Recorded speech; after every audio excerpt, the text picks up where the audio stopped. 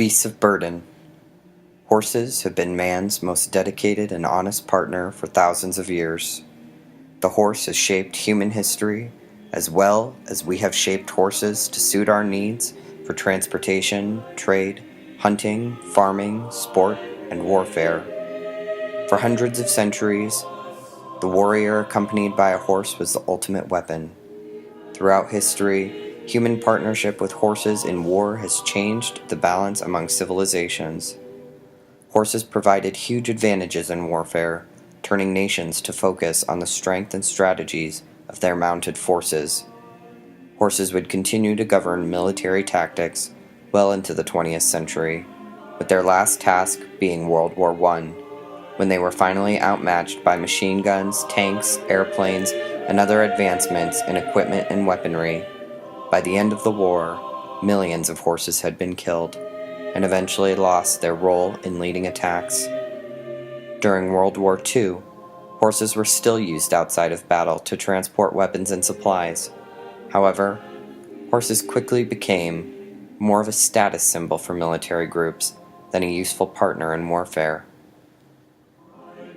In reading Irene Nemirovsky's Suite Francais, I noticed her continued reference to the horses that the Nazi soldiers would ride. They were not the skinny, weak, beaten down, and overworked horses that were generally found laboring tirelessly to work for the humans during warfare. Rather, they were strong, regal, and beautiful creatures that looked as if they should belong to royalty.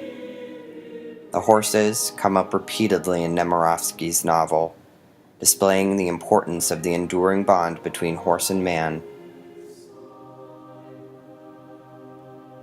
Pictured in this photograph is Eamen Gurt, famed for his brutality as commandant at Pleshov, a forced labor camp that eventually became a concentration camp in Poland.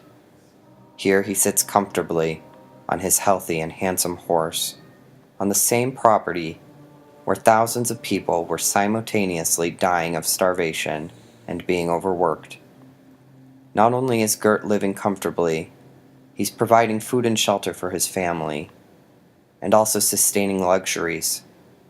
He is able to maintain a large and high-maintenance animal.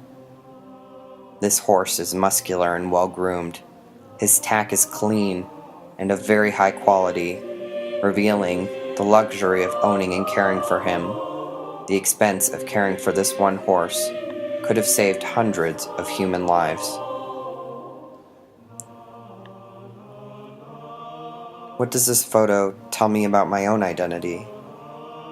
My identity has largely been shaped by the intense bond I share with horses.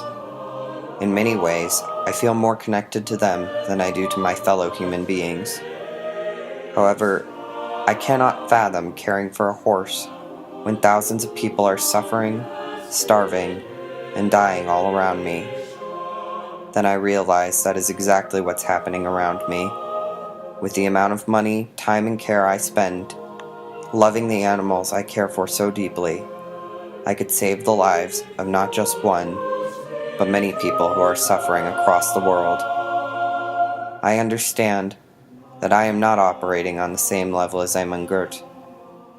However, I do believe that this exercise has unveiled my own privilege. More so, it has made me rethink ways that I may be able to use my luxuries to improve upon the world.